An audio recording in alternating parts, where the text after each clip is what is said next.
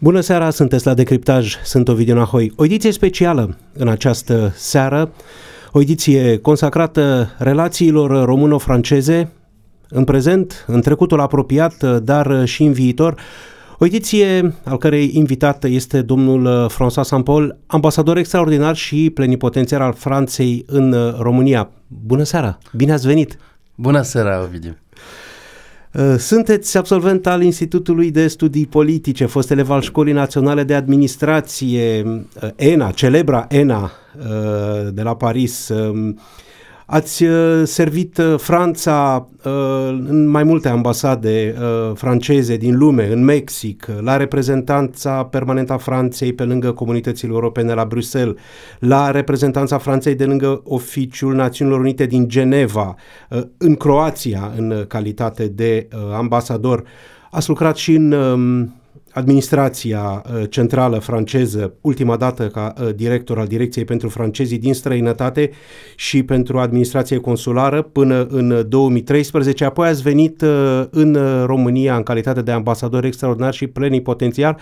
În CV-ul dumneavoastră menționați la capitolul limbi străine germana, engleza și spaniola.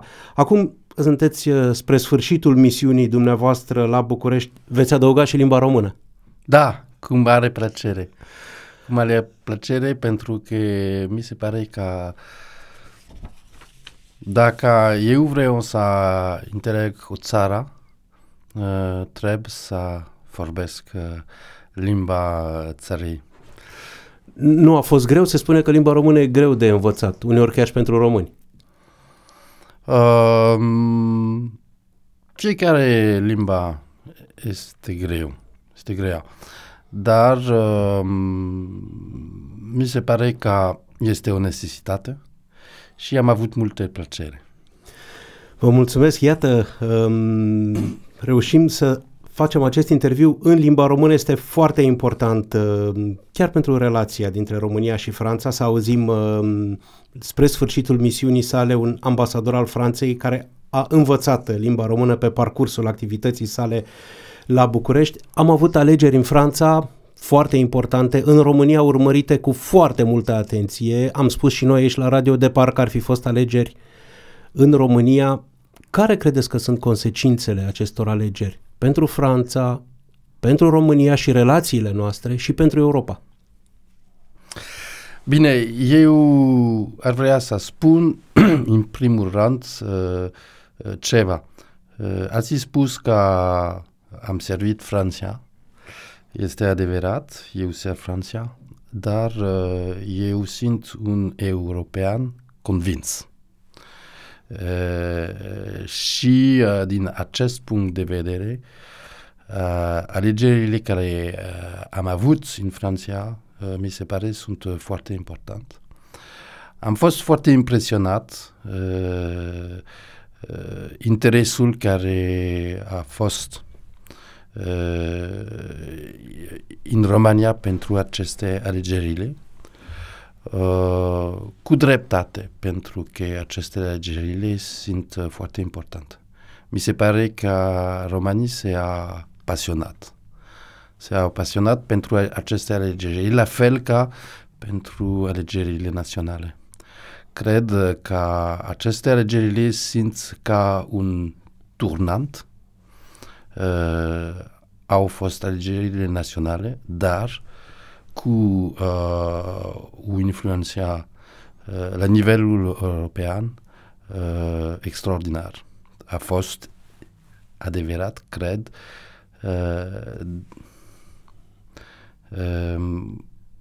se poate prima alegerile european cu o întrebare foarte clară. Vrei francezii ca Franța să fie un motor pentru viitorul său sau vreți să ieșa din istorie? Aceasta a fost întrebarea? Da. Din subtext. A fost întrebare. Și, bineînțeles, există multe frustrații, există multe probleme, dar francezii au ales drumul victorului. drumul eforțului, nu drumul frustrațiilor și trecutului. Și mi se pare este foarte important. Ar vrea să adaug ceva. Ce s-a întâmplat pentru mine luni? Ar vrea să explic o mică poveste. Luni am ieșit cu mașina, cu șofer și, cum știți, când un ambasador este în mașina, este mașina a o drapu. Da. Și drapu francez. Ce s-a întâmplat? Am văzut șoferii care au văzut mașina mea, au ieșit și mi-a felicitat. Este pentru un ambasador extraordinar să vezi că romanii era atât de fericit la fel ca mine, pentru că au înțeles aceste alegerile. Și am fost foarte impresionat. Mi se pare că a fost un moment foarte intens pentru mine. Românii sunt în majoritatea lor atașați proiectului european și aceasta e o explicație. Care vor fi consecințele pentru Europa? Se deschid 5 ani de reconstrucție pentru Europa. Cred că după ce s-a întâmplat în Britanie, după ce s-a întâmplat în Olanda, după ce apoi de ce s-a întâmplat în Austria,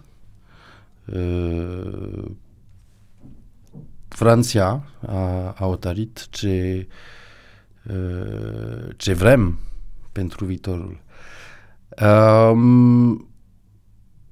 Dar președinte a fost foarte clar. Proiectul său nu este un proiect care spune numai continuăm. Este un proiect care zice trebuim să îmbunătățim Europa și Europa trebuie să fie mai aproape cetățenilor. Atunci, eu cred că acest drum trebuie să facem acest drum împreună și în acest drum România trebuie, și eu sunt convins, o să avea un rol central. Sunteți la Decriptaj, sunt Ovidiu Nahoi, ne aflăm în mijlocul unei ediții speciale a emisiunii noastre. Invitatul nostru din această seară, domnul François Saint-Paul, ambasador extraordinar și plenipotențial al Franței în România. Est-ce qu'on peut changer un peu la langue et parler en français, si vous voulez? Quelles sont, monsieur l'ambassadeur, les impressions les plus fortes dont vous prenez avec vous de votre mission à Bucarest? C'est très difficile, hein. C'est très difficile parce que vous me demandez de choisir des moments alors que ces 3 ans ont été très intenses. Mais les images que je conserve. La première image qui me frappe, et le premier souvenir que j'ai, c'est le drame collectif. Le drame collectif, la douleur des Roumains, et ce que nous, Français, nous avons essayé de faire en faisant venir des médecins. Je suis sorti aussi voir ceux qui étaient devant en collective, ça m'a beaucoup frappé. Et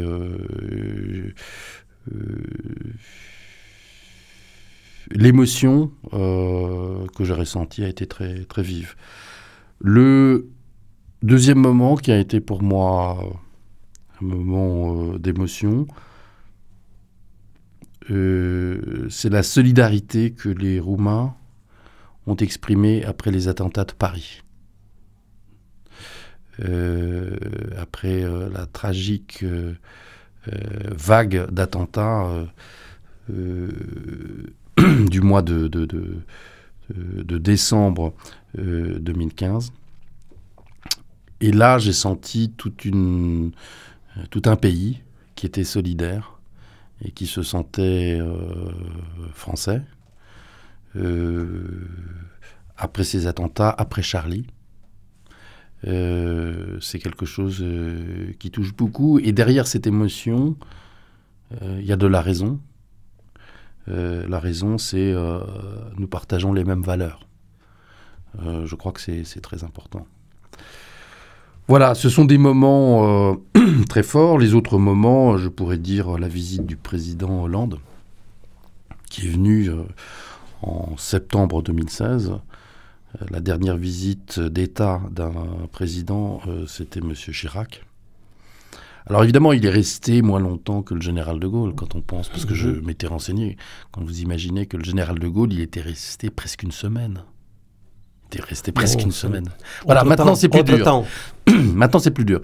Mais voilà, la visite du président Hollande, et on a couvert l'ensemble de la relation franco-roumaine.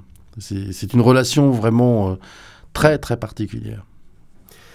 Et les relations entre la Roumanie et la France, comment ont évolué dans la période de votre mission, à votre avis? Moi, je peux dire des choses, mais je suis acteur, donc ce sont plutôt les gens à l'extérieur qui peuvent le dire. Je pense qu'elle s'est approfondie, je pense qu'elle s'est diversifiée, je pense qu'elle a progressé. C'est une relation qui a des fondements historiques, qui a des fondements culturels, qui a des fondements politiques très, très, très, très larges. Et en même temps, c'est une relation qui est une relation complètement tournée vers l'avenir. Je pense à la présidence roumaine de l'Union européenne en 2019. Je pense au grand projet de saison croisée qu'il y aura entre la France et la Roumanie pendant cette présidence roumaine de l'Union européenne, premier semestre 2019. Je crois que tous les clignotants sont au vert pour faire ensemble plus et mieux. Voilà, je suis très, très optimiste. Et dans les questions pratiques, économiques, dans la collaboration de jour par jour sur ces domaines, qu'est-ce que vous pensez? Les Français sont le troisième investisseur dans tous les domaines. Et ce qui me frappe, c'est que quand ils investissent, ce à quoi ils croient, c'est le partenariat à long terme, le partenariat industriel. Les entreprises qui sont là ne sont pas là pour faire un coup. Elles ne sont pas là pour empocher à court terme des bénéfices. Elles sont là pour construire. Bon, l'exemple, c'est Dacia.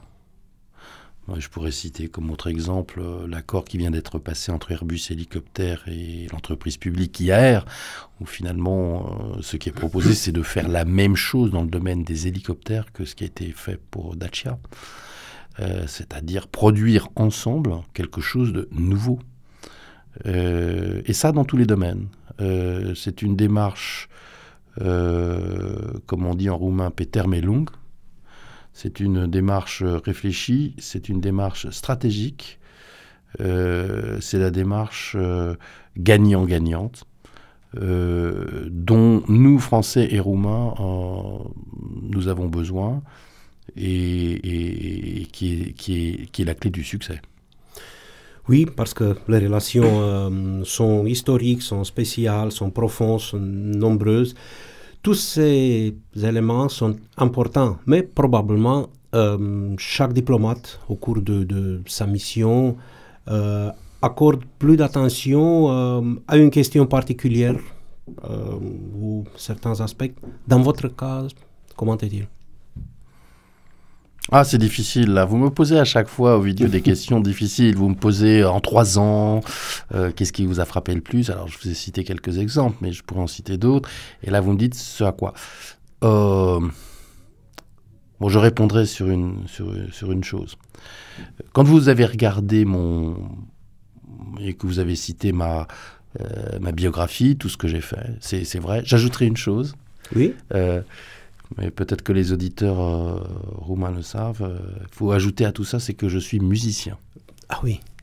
Hein, je suis revenu dans ce studio faire une émission avec Dan Schwartz, l'émission de jazz. Mais quand vous regardez tout ça, vous voyez une chose, c'est que j'ai fait la moitié de ma vie professionnelle sur l'Europe. Et je vous ai dit, bon, je sers mon pays, mais je sers la relation franco-roumaine. Je me considère comme l'ambassadeur de Roumanie à Paris, un ancien journaliste de RFI, mon ami Luca Nicunescu, qui au fond me disait un jour, dans le fond, François, on fait le même métier, nous sommes ambassadeurs de la relation franco-roumaine. Et je pense que c'est vrai, même si chacun a son point de vue et défend l'intérêt de son pays.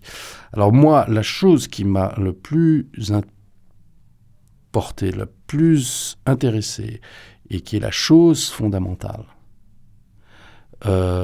c'est la clé de tout, c'est la vocation européenne de la Roumanie.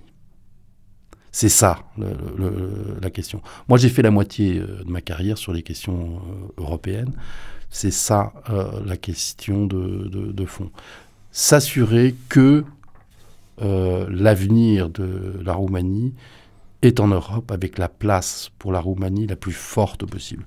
Moi, je suis très, très, très optimiste, je voudrais dire là-dessus. De temps en temps, j'ai l'impression d'être un petit peu plus optimiste que les Roumains eux-mêmes. Mais j'ai cette perspective en voyant ce qui se passe dans d'autres pays. La Roumanie a toutes les chances pour gagner. Et elle gagnera. Et la Roumanie a toutes les chances pour être un acteur majeur du projet européen. Et pour moi, c'est ça le plus important. Et c'est ce que la classe politique veut, je pense, cet avenir européen. Et c'est ce que les Roumains veulent. Ils l'ont montré récemment. La conviction que l'Europe est pour la Roumanie un besoin, une nécessité, de la même façon que la Roumanie est pour l'Europe un besoin et une nécessité. Sunteți la Decriptaj, sunt Ovidiu Nahoi, o ediție specială astă seară alături de domnul François Saint-Paul, ambasador extraordinar și plenipotențiar al Franței în România. Monsieur l'ambassadeur, un ancien ambassadeur étranger à Bucarest a déclaré à la sortie de la mission: la Roumanie est un pays qui, comme vous le savez plus, le comprendre beaucoup moins. Est-ce que vous avez aussi cette impression? Je pense que dans chaque pays, plus on reste, plus on goûte ses finesses, sa complexité. C'est normal. Mais si vous allez en France, c'est la même chose. Au début, vous avez des clichés sur la France. Par exemple, vous dites, en France, de toute façon, ils font tous la grève tout le temps. Et puis après, vous vous apercevez que c'est beaucoup plus compliqué et beaucoup plus complexe. Toute simplification, toute caricature ne correspond pas à la réalité et donc une erreur. Si les choses étaient simples, ça se saurait. Heureusement pour moi, heureusement pour vous, les choses sont plus plus compliqué. D'ailleurs, je dirais que heureusement que les choses sont compliquées, parce que sinon, à quoi sert un ambassadeur aussi? Pour expliquer dans sa capitale, il faut faire ceci, il faut faire cela. Parce que je voudrais rajouter une dernière chose. Un des premiers livres que j'ai lu en roumain, quand j'ai voulu apprendre le roumain, c'est ce livre de Lucian Boia, qui est De ce este România altfel. Alors oui, c'est vrai, la Roumanie a ses caractéristiques propres et tout. Mais si je croisais aujourd'hui de nouveau Lucian Boia, je lui dirais: Lucian, il faudrait écrire un deuxième livre, un deuxième tome. Et le titre, c'est De ce este România la fel, le même. C'est-à-dire que vous avez des choses qui sont en Roumanie tout à fait roumaines. Mais il faut en finir avec l'idée que la Roumanie est une exception sur tout. La Roumanie est dans un ensemble qu'on appelle l'Europe, et la Roumanie rencontre des problèmes que d'autres pays rencontrent. Alors, le problème de l'efficacité administrative, nous l'avons aussi en France. Le problème de la lutte contre la corruption, nous l'avons en France. Le problème de la lutte contre le chômage, Dieu sait que nous l'avons en France. Je dirais à la Roumanie, bienvenue au club. Donc voilà, il faut que aussi les Roumains que j'aime tant se disent: bon, nous avons nos problèmes, mais nous ne sommes pas les premiers à les avoir, et nous ne serons pas les derniers.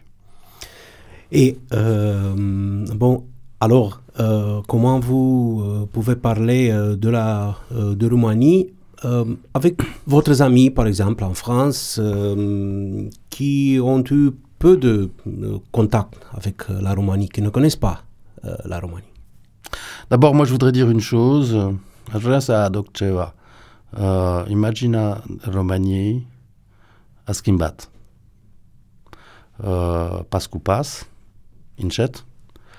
Dar este foarte clar că imaginea de România acum nu este la fel ca în trecutul. De exemplu, această foto de manifestație cu drapou european, unde avem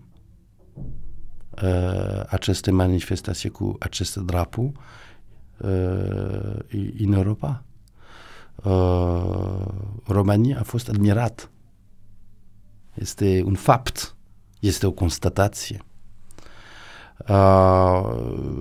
Eu cred că și în alte domeniile capacitatea de inovație, de inovare de România este foarte cunoscut și foarte apreciat. Avantajul dumneavoastră este că România este un amestec. C'est un mélange. Și un mélange, un amestec, este mereu mai bogat și mereu mai gata, pregătit pentru victorul. Sunteți la Decriptaj, sunt Ovidiu Nahoi, suntem alături de domnul François Saint-Paul, ambasador extraordinar și plenipotențiar al Franței în România. Monsieur l'ambassadeur, je sais que vous aimez faire de longues promenades sur les rues de Bucarest. Quels sont les autres endroits en Roumanie qui vous êtes resté près? Oui, j'adore me promener dans Bucarest parce que Bucarest a une poésie extraordinaire. C'est cette poésie de la complexité où l'on voit à la fois des choses modernes, à la fois des choses anciennes. Et puis au mois de mai, au mois de juin, quand vers 8 heures du soir, il y a le parfum des tilleuls, oui. C'est extraordinaire. Mais c'est pas un peu dérangeant ce mélange de bâtiments nouveaux et anciens qui sont très près? Oui, de temps en temps, on se dit il manque un petit peu d'ordre et le désordre devrait être un peu plus organisé. C'est vrai. mais il y a une poésie extraordinaire. Vous savez, chez les jeunes en France, Budapest, c'est bien, mais Varsovie, c'est bien, ça. Mais Bucarest, c'est très à la mode. Hein. Très à la mode maintenant. C'est vrai? Ah oui, oui, oui. Donc, mais de toute façon, la Roumanie est assise sur un trésor, le tourisme. Il ne reste plus qu'à le déterrer. Voilà. Alors, si après vous me demandez les autres sur les autres endroits, oui. J'adore Cluj, j'adore Timișoara, j'adore Sibiu. Cluj, c'est une ville où un habitant sur 3 est un étudiant. Oui. Vous savez que maintenant, dans les filières médicales et vétérinaires, à Cluj, nous avons plus de 1000 étudiants. Oui, beaucoup d'étudiants français. Beaucoup d'étudiants français. 25% d'ailleurs de la communauté française en Roumanie, ce sont des étudiants qui après, quand ils reviennent en France, on tourne ambassadeur de la Roumanie. Non, j'ai été partout, Constanța aussi, Iași aussi. Vous avez un pays... j'étais dans le delta du Danube avec ma femme. Une très grande richesse. Et vous garderez d'une manière ou d'une autre les relations, les liens avec la Roumanie, comment? D'abord, pour un ambassadeur, il faut pas. On dit qu'il faut jamais revenir sur les lieux de son crime, mais on ne sort pas indemne de 3 ans de Roumanie. Voilà. Donc j'aurai des séquelles. Et j'aurais besoin, je pense, de temps en temps de revenir. J'y ai beaucoup d'amis, de gens que je considère comme des qui m'ont beaucoup aidé. Pour moi, ça a été une découverte. Vous savez, quand je suis arrivé en Roumanie, je n'avais aucune connaissance de la Roumanie. Ni de préjugés en bien ou en mal. Finalement, c'est une très bonne situation parce que vous êtes obligé d'avoir votre propre jugement. Et c'est une chose, quand je vais dans un pays, je m'y tiens. Quand j'étais allé en Croatie, on m'avait dit il faut lire tel livre, tel livre, tel livre, et puis la guerre, etc. Je dis non. Je lis un livre, et puis après, je me fais mon opinion. Parce qu'il ne faut pas se charger la mémoire du passé. Le passé est le passé, on vit avec, mais ce n'est pas le présent. Et encore une fois, la Roumanie d'aujourd'hui, de 2017, ce n'est pas la Roumanie de 2014. Si vous me demandez qu'est-ce qui a changé, oui. Je vous dirai 2 choses. Bon, la croissance économique, etc., etc. Mais la grande chose, c'est que les Roumains d'aujourd'hui ne sont pas les Roumains d'hier. Sunt mai exigentes. Les Roumains aujourd'hui ont changé la façon de penser, et il y a certaines choses qui ne sont plus prêts à accepter qu'ils acceptaient dans le passé. Mais de la même façon que les Français ont changé. Finalement, l'élection de Macron, c'est quoi? Ce sont des gens qui sont beaucoup plus exigeants. Iată, o transformare în numai câțiva ani. Ați prins această transformare în 3 ani ca ambasador în România. Da, eu cred că când există o transformare, o schimbare într-o societate și cu internet, etc., viteza de schimbare nu este linear, este exponențial. Viteza este fiecare an și mai mare. Și este o exigență foarte grea pentru politicienii și în Franța, pentru că politicienii, clasa politică, trebuie să răspundă mai bine, mai repede. C'est un challenge pour la classe politique. Excelența voastră, vă mulțumesc foarte mult că ați fost împreună cu noi în această seară, că ați revenit în studioul RFI, iată, și în calitatea noastră oficială și ca muzician ați petrecut un timp în studioul nostru. Îmi amintesc acum cum împreună cu un violonist român de la Paris, de Ziua Franței, ați interpretat împreună, într-o manieră jazzistică, un melanj, iată, folosesc și eu cuvântul franțuzesc, între Marseieza și Deșteaptă-te române. A fost un moment foarte impressionnant. Oui, et c'était avec un très grand violoniste roumain. Le grand violoniste de jazz, c'était Stéphane Grappelli. Oui. Et je dirais qu'il a 3 descendants, 2 français et un roumain qui est Florin Nicolescu. Et moi j'étais très très ému de jouer cela avec Florin. Bon, la Marseillaise et puis l'hymne roumain qui est un hymne superbe. Un hymne superbe que j'aime beaucoup.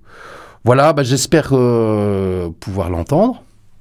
J'espère pouvoir l'entendre de nouveau, cet hymne, à la fois en Roumanie, à la fois en France, qui sait, enfin, en 2024, j'espère que nous aurons les Jeux Olympiques en 2024 à Paris. Vous savez qu'on est candidat. Et voilà, sachez que chaque fois que j'entendrai l'hymne roumain, ou que je le jouerai, ce sera pour moi une grande émotion. Vă mulțumesc încă o dată și în calitate și de redactor șef al RFI România, vă mulțumesc pentru toată colaborarea foarte bună din acești ani și vă doresc succes și în numele redacției noastre și cred că și în numele ascultătorilor. Mult succes în continuare! Mulțumesc dumneavoastră, mulțumesc ascultătorilor. Am făcut, se poate, niște greșeli în limba română, dar am făcut-o, dacă pot să spun, cu plăcere, pentru că am fost cu dumneavoastră. Vă mulțumesc încă o dată, atât pentru această seară la Decriptaj. Sunt Ovidiu Nahoi, ne reauzim joia viitoare, până atunci să auzim numai de bine.